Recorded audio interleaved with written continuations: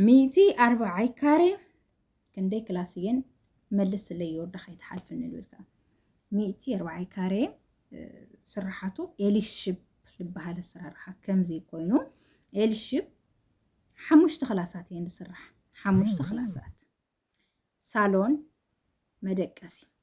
صالوننا مدقسي أوشت مدقسي شاور شنتيتن يو كاو كل التخلاص نقص لولا حريفات رخونا مالتي كل التخلاص كاولا حنتي خلاص سيرفيس اتا سيرفيس جن تدليخي تاي تقوريا تدليخي كشني خت تقوريا لو مرج اخن مالتي مرج سلام نا يوتيوب شانالي تخاتاتلتي كامل لهم لي كما تكونوا زيابر مسكن انا بطعم سلاميه مسخم زلخو يرد حفتكم يوتيوب شانالي قاعد احنا متاخم الليله وزي يوتيوب شانالي نقولكم يوتيوب شانالي حدش تسخنكم قاعد احنا متاخمنا نقولكم بزانا يدور ملك سبسكرايب ناغوركم بيتسوي يكونوا شير لايك كومنت خاي ترسعوا مالتي سبسكرايب غيركم بيتسوي لكم كا لايك ورو لإجرام من قدكم لايك مقار من نجار يقودكم لايك بزح نجار كتغمنيو يقودكم مالتي برخاتي لما عند خاب لحالة فالصراحة لكن بزعباني كذا فيديو صريح لكم نيرة بزعباني كذا لسرح جزاوت تاع سرار و كندا يخود الخيل أنا كون أتقل هلا فليت أيوة مالتي خونكي أنا خامخة نفس الدتي يعني حواتي جن نحد حواتي نحد محازتي لتسارح سلال رئي كاوخا كم حساب أنا كم حسابي الناجر كن الناجر أنا نسخني أنا نسخاتكمي نردد له جزاي زي مالتي أنا كم حسابية عقم خن كلتا جزا خن مس حمام عند حرس ريح خن عدنا خن كدلنا اللي بلكن كل جزء الدجاج ملكن كل جزا خسر رحية بحد جزء أيتولا اللي بالحسابات هي لك لكن راخن كم كتعمق كني لا سلالم مالتينا لما عند خا كومنت خن كمل السيامات يعني أخو ميتين خن 240 كاريسي كندي لخون جنزو كأخلنا يخيل كندي لخون سكود يخيل ذا بقدام يلحلف كيا لمصاخيا جزاله زامصيخيا نخنا محزخ جزاله تقلال الود اتاكو بقلص نجر كنا يلكنا هذا حق خطفوت ولا لكن جن قلص خنا نجركم حد خطفوت ولا لكم نجر جن حد يوتيوبر فيديو صريح خمت خلو بزل على الرأى خبر بالعلم مش فوتو نقور لنا صحف غيرنا نص هذه وحد كنبل نخلينا كندو زي جزا خسر رح يخدي خلكم يدل مالتي هذا وحد غير عند حرص حفاياسي آتيكم لخطريو آتي سيل خري الكذا عندي تخكلني هذا حموش تميتشح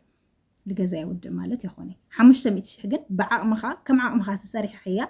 دحر عندك ملاسيه دخي من يسدتي لكن عقمخ غير كزي كتكاد تقبلي مالتي وحنتي زي مستر لو صالكم لخنا ما يتيبر بنا لعلي بنا لعلي كفرت ريوسي ساكت سؤالو لجننا نجار كتصحفي قال بخبر للرأفوتو مالتي من تانتو سبعات يخري الكاين ببرخاتي كم يخوني مالتي زيت مستر حق لنقركم له خاو جن تحسب سمعوناتي جن أنا سدت اللخو نسخاتكم هسدت اللخو نسخاتكم هسدت اللخو زي مرج داي بس جزاناتي برج دانا حساب كامل لواتي ماله حساب كن سلت لوت عليه لأي سلت وانا حساب كن بتعميل طعمن حساب كن أو كومنت تصحف كن عليه حد خملسية 240 كاريسي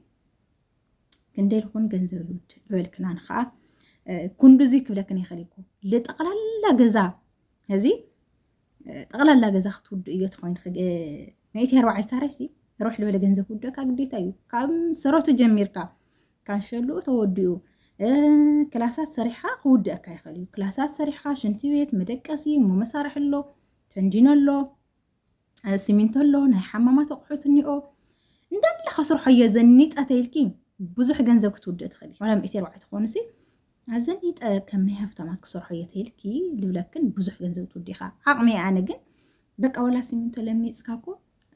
لسن كاغيركا كاو قلم كاغيركا قرقرون كوين بريو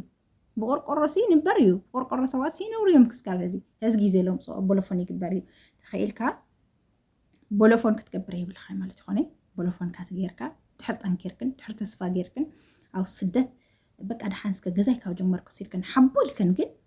ተገይርክን አለ ተመራጽዩ እና ክንደይ ውድአና ተልከና ግን አሰራርሑ ይፈላልዩ ትልሰርሕ ሰውን ይፈላልዩ አቁሑት ይፈላልዩ ስፍሓትናት መሬት ይፈላልዩ ካሬኸን ይፈላልዩ 140 ካሬ ማዕሪኹን ለ140 ካሬ ልስራሕና ለ200 ካሬ ልስራሕ ዝለሉ ወይኒ 200 ካሬ በጣም ሰፊሕ እዩ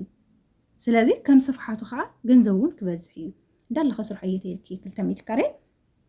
እስካብ 3 ሚልዮን 2 ሚልዮን ትውድእ ትኽእል 140 ካሬ ከዓ ከምቲ ንእሶቲ ፅቦቲ ከዓ ውሕድ ዝበለ ክትውድእ ትኽእል ኢኻ ካብኡ ሓሊፍካ ማለት እዩ እዚ ቤተሰብ ተልሙኻ ንኣብነት ነዳቂ መዓልታዊ ጌርካ እዚ መዓልታዊ ነዳቂ ባዕሎም መሳሕ ባዕሎም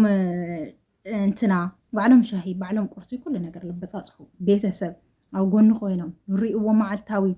ኩሉ ነገር ለማልኡ ልክቲ ኮይኖም ልከታተል ሓወይ ልከታተል ወላዲ ቀረባ ኮይኖም ትገዛኺ ልከታተልዎ ተልዮም ካልኦት ወፃኢኻ ክቕንስ እዩ ማለት ነው እንድሕር ቤተሰብ ካብ ገጠር ኮይኖም ኩሉ ሰብ ከረክበ ይኽእል ኩሉ ወላዲ ደው ኢሉ ክስርሐልካ ይኽእል ኩሉ ሓውሊ ደው ኢሉ ክስርሐልካ ይኽእል ተርደቂ እንድሕር ኣብ ገጠር ኮይኖም ህዝ ወለድኻ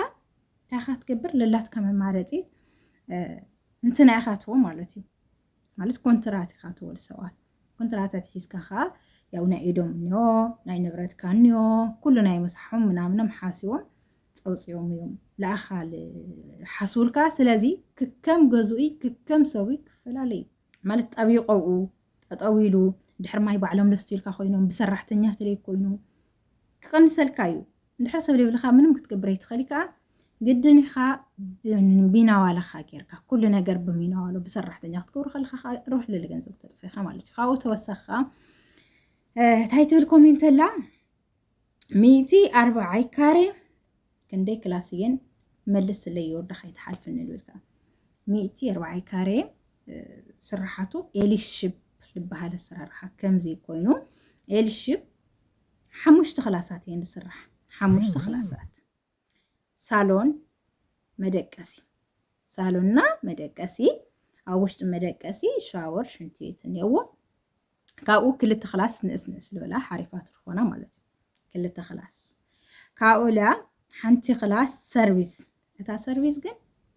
ተደሊኺ እንታይ ትገብርያ ተደሊኺ ክሽነ ክትገብርያ ሎሚ ክሽነ የብሉ ገዛ የለይ ተደሊኺ ክሽነ ክትገብርያ ሕዚ ሰብ ክመፀካ ከሎ ካብ ገዛ ዳ ሳሎን ኣብ ሳሎን ኮንካ ወይ ሓደ ክላስ ኮንካ ቆንጆ ቁሕትካ ምናምን ዘለዎ ኮይንካ ትኽሽን ተመፂካ ጋሻ መፂካ ካብ ትኽሽኒ ኣብ ክሽነ ከይድኺ ክሽነ ቢል ክትምፂ ፀብሑ ካብ ትሰርሒ ፀብሑ እዚ ይበላሽልካ ይገዛ ምናምን ቡናታት ምግብታት ካብ ትሰርሕሉ ገዛኺ እዚ ቆንጆ ጌርክሉ ሰራሕክዮ ገዛኺ ኣብ ምንታይ ትሰርሒ ምግቢ ክኾን ከሎ ኣብ ክሽነ ኢኽ ማለት እዩ ሎሚ ክሽነ ለይብሉ ገዛውቲ የለይ ተደሊኺ ሓንቲ ሰርቪስ እኒያ ተደሊኺ ክሽነ ትገብርያ መጥበኽ ኣነ ኖኖ ጎይታይ 500 ድያ 700 ድያ 1000 ቅርሺ ድያ ኣነ ከካርያ ይደልየ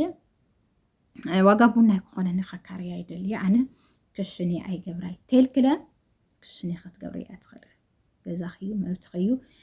እዚ ከም ምርጫኽን ማለት ብሩኻተይ ለዋልድ ጥራሕ ምሲለ ዮ ዝወግዕኻ ለወዳት ለዩ ኣወዳት ለገዛ ይሰርሑ ማለት ይኾነ ትሰርሑ ኢኹም ዘመኖም ፅይዎም ቤት ትሰርሑ ኢኹም ብሩኻተይ ንስኹም ኢኹም እንደው ትሰርሑ ንስኹም ብጊዜ ቀደምሲ ወዲ ይሰርሕ ነይሩና ና ከምዛ ክትገብሪኺ ከምዛ ክትገብሪኺ ሲ ለወዲ ጥራሕ ገይረያ ኢለየ ነፍቲ ወግዒ ክምለስ ካብኡ እዛ ሰርቪስ ተደሊኸን ሽነ ትገብርዓ ተደሊኸን ከዓ በቃ ሰርቪስ ክንትገብርዓ ለሓደ ወንድላጤ ሰብ ዝተኣክል እያ ለሓደ ወንድላጤ ሰብ ተኣክል እያ ማለት ቆልዑ ለይብሉ ሰበይት ለይብሉ ምናምን ንሓደ ወይ ሰብኣይ ለይብላ ሓደ ተምሃራይ ዱ ወላ ሓደ ሲንግል ንነብር ሰብ ዝተኣክል እያ ፍርናሹ ገይርና ተካርያ እውን ትኽእል ኢኺ ክሽነ ይኸውን ትገብርያ ትኽእል ኢኺ ካብኡ 140 ካሬ ብዙሕ ኣካሪኻ ብዙሕ ኣታዊ ትረኽበሉ ካሪኻ ምናምን ሰባት ብዙሕ ኣታዊ ትረኽበሉ ዋላ ተለይ ኮነ ሲ 2 ክላስ እየኒዎ ከምቢ ሳሎን መደቀሲ ባዕልካ መንበሪ እየን ማለት እዩ እና በቃ ባዕልካ ግን እኹልዩ ብጣዕሚ ቆንጆ ገይሮም እዮም ዝሰርሕዎ ሎሚ ክፅብቕ መዓት እዩ ከም ትሪእዎ ኣለኹም ኤልሽብ ዝበሃል ኣሰራርሓ 5 ክላስ እየን ዝስራሕ ኣይብለክን ተመሊሳተልክን ክትቆጥ ተስፋ ገብር እዚያ ለሓተትክኒ እና ካብኡ ከዓ ኣና ኩልኽን ኣሕዋተይ ኮሜንት ብቪድዮ ሰሪሕካ ምምላስ መቸም ክነውሕ እዩ ብጣዕሚ ኩልኽን ብቪድዮ ክምልሰልክን ይኽእል ገሊኽን ኣሕዋተይ ብፅሑፍ መሊሰልክን እየ ማለት እዩ እቲ ሓደ ጥረ ክጠቕመና ይልወልክብል ብሓደ እየን እዚአ ኣነ ለኻፍቲ ኮሜንት ብዙሕ ነገር እየ ንምሃር ማለት እዩ ካንሸሎ ክቢበ ከምዚ 140 ካሬ ክሰርሕ ሲ 1.5 ወዲእኒ ልበልክን ኣሕዋተይ ለለኸን እንታይ ዳ ኣነስ ክንዲ ዘይወዲእኒ ልበልክን ኣሕዋተይ ኢለኒ ኢኽን ማለት እዩ ኣይ ውድኢ ማለት ይኾነ ካብ ሰረት ኮይኑሲ ክውድአኪ ይኽእል እዩ ካብ ሰረት ጀሚርኪ ካንሸሎ ክብልኪ ማዕፆ ተንዲኖ ክስካብ ላዕሊ ኣነ እኮ ኣይውድኢ ብንእሽቶን ቅርሺ ግን ከም መጠንካ ከም ዓቕምኻ ጌርካ እንድሕር ስደት ኣመና ልመሮሮ ሰበሉይ እንታይ ብሓንቲ ክላስ ከምዚኣ ጠጠው ልበለት ሰሪሑ ይኸድ ግድን ናይ ሃፍታማት መን ኢልና ግድን ከምዚ በቃ ኣኹሉ ለቢልካ ሓንቲ ክላስ ጥራሕ ሰሪሕካ እውን እኮ ትኸድ ትኽእል ኢኻ ስደት እንድሕር ሰልችካና ስራሕ የለይ ብትህዚ ግዜ ብትጭንቀት ኣመና ክትጨናነቃ ኣይብልኽን ሓቦት ኢልክን ከዓ ወላ 1.5 ይኹን 1.7 ይኹን ገንዘብ ሎም ብዓድና ዱታይ ወይ ምንም እኮ የብሉ ሓቦ እንድሕር ኢልክን በቃ ትዕግስት እንድሕር ሂውና ሓቦ እንድሕር ኢልና ልጀመርካየ ነገር እስቲ ክሰርሕ ትኽእል ኢኻ ካብኡ ከዓ ቀፂለ እንታይ ትብለላ 140 ካሬ ሲ ብህድም ከስርሖ ደልየ ደብዳብ ናክንደይ ይውደአኒ ልብል ነገር ኣነ እኮ ደብዳብ ለስራሕ ክሰብ ይኹንኪ ገዛታት ለስራሕ ክሰብ ይኹንኪ ዝኾነ ግን ብልሪኦ ብልሰምዖ ኣገማሚትና ሓሳብ ላእኸን ክወከን ከለኹ ሓሳብ ላኣይለ ክትባ እንተለኸን ብኮሜንት ብዙሕ ኢና ንመሃሃረሉ ኣብ ደብዳብ ኣነ ልብል ደብዳብ ጓል ኣንስተይቲ ኮይና ደብዳብ ተደብድብ ከላ ቁሮ ክህድ ይብላ ትኽእል ይኽእል ለደብደበት ዝኾነት ቆልዓ ልፈልጣላ ደብዳብ ካብ ልዕሊ ማንም ከቢድ ይኾነ ያው እዩ ተረዲክን ያው እዩ ሕዚ ኣፍቲ ልወፅእ ገንዘብና እንድሕር በተለይ ቆንጆ ጌርካ ሰሪሕካዮ ዋላ እዚ ኖርማል ገዛ እንትናና ደብዳብሲ ያው እዩ ቁሩብ ኢኻ ትወስኽ እምበይ ያው እዩ እና ኣብ ምንታይ ጥራሕ እዩ ልውድአካ መሲልክን ሲሚንቶና ተንዲኖታት በቃ እዚያ እያ እኮ ንእሽቶን ትኸብረካ እምበይ ያው እዩ እንድሕር በተለይ ደብዳብ ተደውዲቡ ሓንቲ ጠጠው ኢላ ያው እዩ እኒኦ ብላዕሊኡ ከዓ ቀስላ በልካ ወላ ድሕሪ 10 ዓመት 20 ዓመት ይሰራሕ ፀገምና ንሕናታ ይመስለክን ልጀመርክዋ ነገር ዝተይወዳእኽዋ ይኸዲ ክስካብቲ ልጀመርናየ ነገር ንውድእ ከዓ ዕድመና ይውዳእ እዚ ሓንቲ ደብዳብ እንድሕር ኣብ ደብዲቡ ሓንቲ ጓልሲ እታ ደብዳብ ደብዲባታ ና ታሕቲ ጥራሕ ሰላም ሚፃ ምናምን ዘንጥ ኣቢላ ሽንቴት ምናምን ግብረ ኣቢላ ለዓዳ ሸለው ኢላ ይትኸዲ ሄዳ ዋይ ኖ በቃ ልድሓር ክስካብ ምሕሳብ እኮ ፅቡቅ እዩ ኣመና ላይ ዓቕምኻ ምሕሳብ ኣመና ለድቅቐካ ምሕሳብ ግን ጎዳእ እዩ ሓንቲ ደብዳብ ደብዲባስ እንደገና ኖ ተኻልአይቲ ደብዳብ ደስ ተኻልአይቲ ለስ ደብዲበ ይኸድ ተኻልአይቲ ለስ ሰሪሐ ይኸድ ከምኡ ንብል ድሓርታ ይኾን ዕድመና ለኸደ ላይ ተረድእና ዕድመና ለኸደ ንሕና ለላ ድኸምና ንሕና ለላ ተደኸምና ንደኸም ዕድመ ይኸድ በቃ ዕድመ ኸይዱ ለይመስል ትመስል ና ፀገም ይልኾን ማለት እዩ ስለዚ ዓቕምና ሓሲብና ዓቕምና ሰሪሕና ዓድና ብሰላም ንመለስ ኣሕዋተይ ማዕረይ እግዚኣብሔር ኣምላክ ከዓ ንሓሰብኩን ኩሉ ይሳምረልክን ናይ ሎማዓንቲ ቪድዮ ኢላ እዚኣ ትመስል ነይራ ንእሽተን ተመኻኺርና ኢለ ተስፋ ገብር ትጠቕመክን እያ እዛ ቪድዮ ኢላ ተስፋ ገብር ብሩኻተየ እና ከምዚ ንእሽተን ነገር የስርሐካ ማለት ይኾነ ተረዲክን ሎምሲ ኩሉ ነገር ክባር ስለኒዮ ሕዚ በተለይ ወሲኹ እዩ እኒኦ ሕዚ ምስራሕ ገዛ ንእሽተን ፅንሕተት ትብላ ባህሊት እያና ሕዚ በቲ ነዳዲ ስለሌለ ኩሉ ነገር ከቢሩ እዩ እኒኦ ንእሽተን ቅኒ ይበላ ንእሽተይ ዚግ ተበለ ከዓ በተለይ ሲሚንቶ ምናምን ሕዚ ከቢሩ እዩ እኒኦ እና ንሓሰብኩን ኩሉ የስምራልክን ኣብ ምስራሕ ለለኸን ንምፍፃም ይብቃኽን ልወዳእኽን ለ ዓድኽን ከይድኽን ትነብራሉ እፎይ ትብላሉ ይግበርክን መጀመርያ ለለኸን ለ ግድን ኽን ትወድኡ ኢኽን ሰን ኣሕዋተይ ማዕረይ እጅኹን ንሎማዓንቲ ሓደ ቪድዮ ኮሜንት ኣንቢበ ኣብ ናይ ቪድዮ ልሰራሕክዎ ኮሜንት ኣንቢበ መሊሰልክን ኢለ ተስፋ ገብር ተመሊሱ ኢለ ተስፋ ገብር ንኹልኽን እኳ ክምልስ ይኽእል ብኮሜንት መሊሰልክን እየ ዘን ኣሕዋተይ ኮሜንት ከንብብ እየ ግልፂ ለይኮነልክን ፅሓፍ ኣለይ ብጣዕሚ እየ ልፈትየክን ብቐፃሊ ሓርፍ ቪድዮ ላ ሒዘልክን መፅእ እየ ባይ ሓደሽቲ ዝኾንክለ ሰብስክራይብ ግበራ